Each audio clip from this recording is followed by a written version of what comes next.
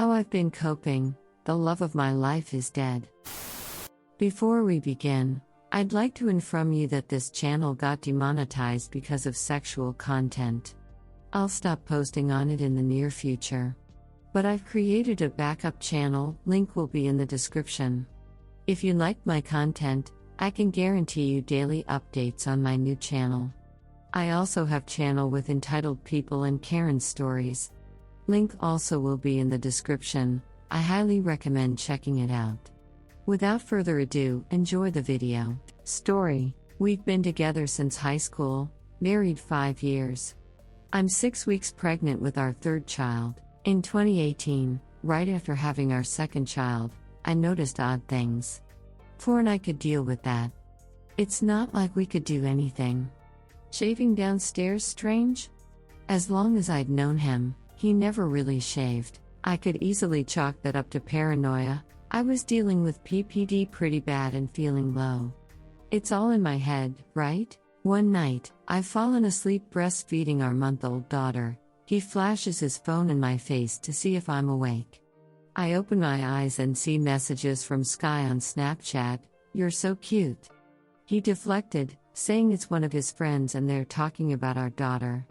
But I knew what I saw, and I never forgot. Anytime I brought it up, I was called crazy. I eventually went through his phone, seeing she lived in the neighborhood across from us. We don't know a single person in this area. We're states away from our home state. He started Ubering after being laid off from his oil field job as we needed to make ends meet. I was immediately suspicious. After bringing it up, screenshots I had sent to myself were deleted from my phone, and he tried to convince me it never happened. From then, he has been extremely secretive with his phone. Eventually he said it was a random ad, and that he blocked her. Time passes, we move hours away from there. I catch him talking to her again. I leave the house to calm down, and he sends me an obviously cleared screen recording of his messages.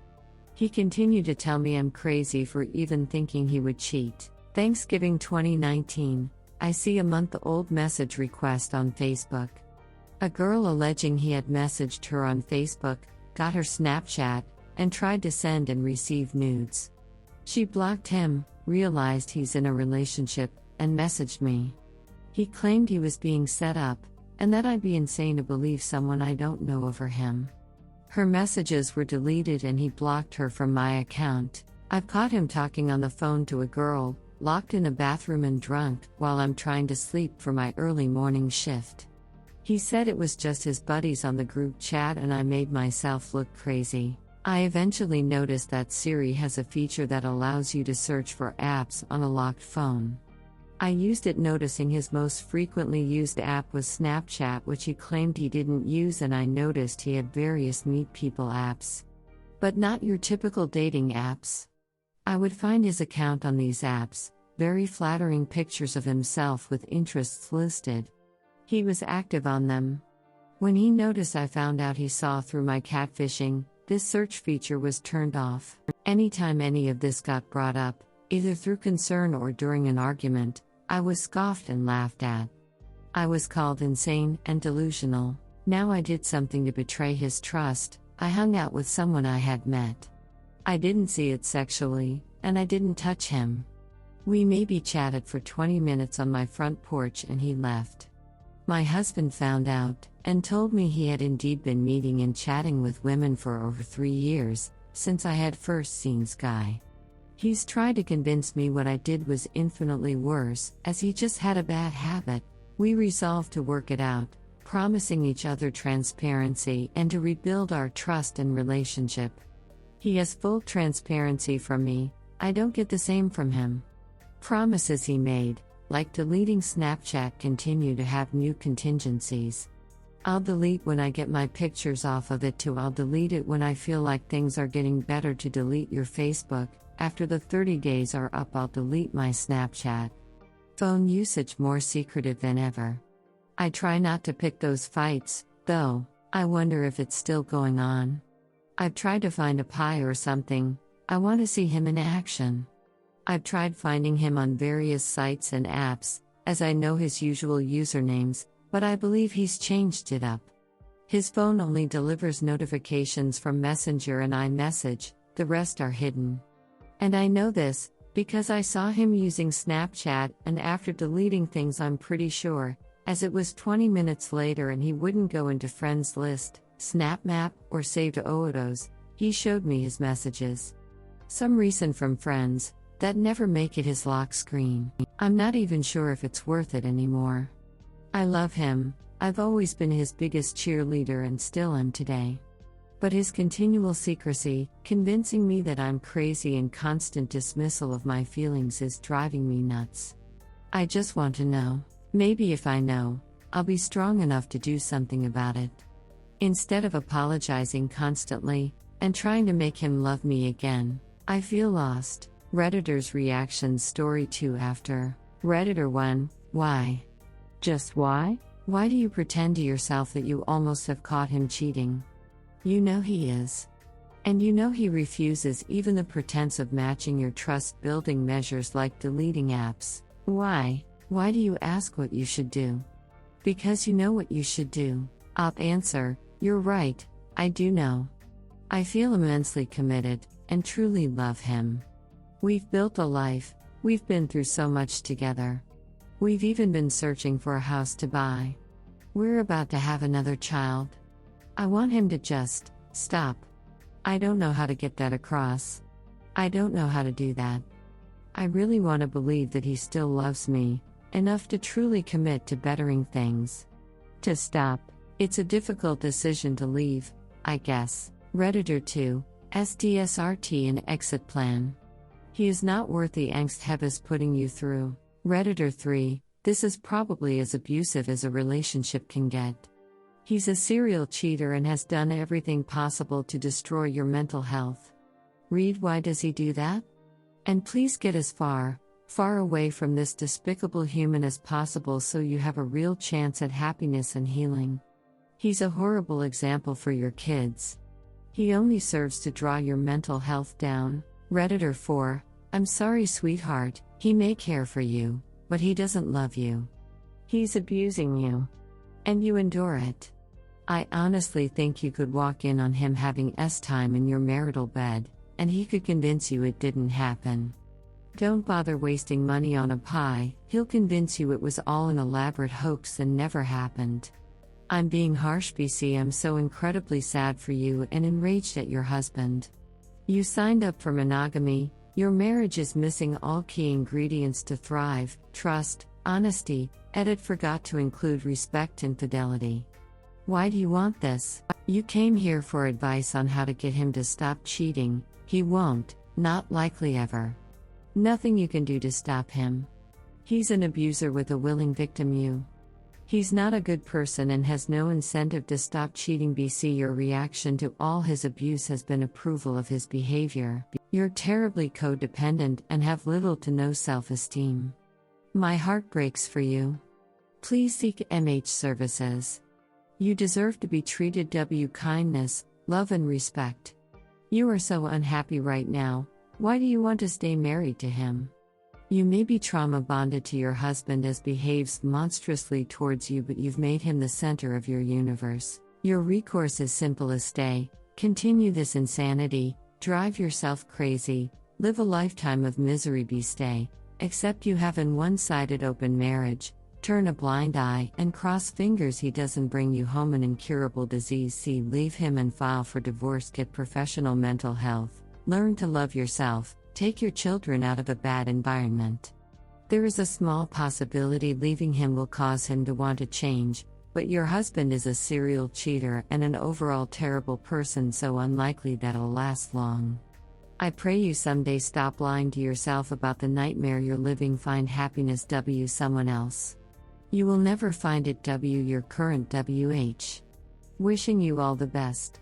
Story 2, Mom cheated on my dad for 3 years and told us after the guy she was cheating with Caleb himself. My mom called my dad one day hysterical and told him her friend from the dog park was dead. She said the man killed himself because of her while sobbing to my father on the phone. The man committed suicide the same day of the call to my father while my dad was out of town with me. My dad was destroyed, as was I and the rest of my family. My mother used the dog as a shield to divert attention from any suspicion of infidelity. She would spend a couple hours out with the dog in the evenings and then come home and hop in bed with my dad or join the rest of the family on the couch like nothing was going on. She even had the audacity to tell my dad she didn't have to tell him. Edit. Also, the guy was nearly 20 years older than my mom, and she has been married to my father for over 30 years. Edit 2. Not sure how much more detail I want to add, but the story is even more messed up than I have disclosed so far.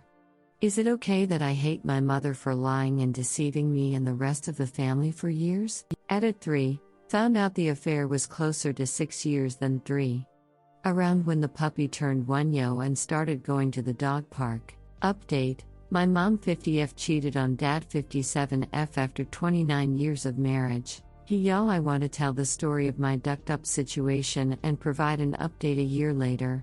So about a year ago I was in my 26 first house painting my kitchen with my dad, who I have been very close with.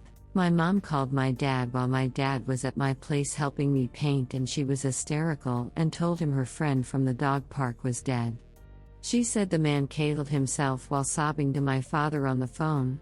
The man committed suicide prior to the call to my father while my dad was out of town with me. He was very confused, but then my mom told him they had been having an affair in her panic. My dad was destroyed, as was I and the rest of my family. My mother used the family dog as a shield to divert attention from any suspicion of infidelity. Since then, she admitted the affair has been ongoing for the last 5 or so years. She would spend a couple hours out with the dog in the evenings and then come home and hop in bed with my dad or join the rest of the family on the couch like nothing was going on. She even had the audacity to tell my dad she didn't have to tell him. The guy was nearly 20 years older than my mom, and she was been married to my father for 29 years. It's been a year now and I ducking hate her. Edit. If you want to check out the previous post from a year ago, check this profile.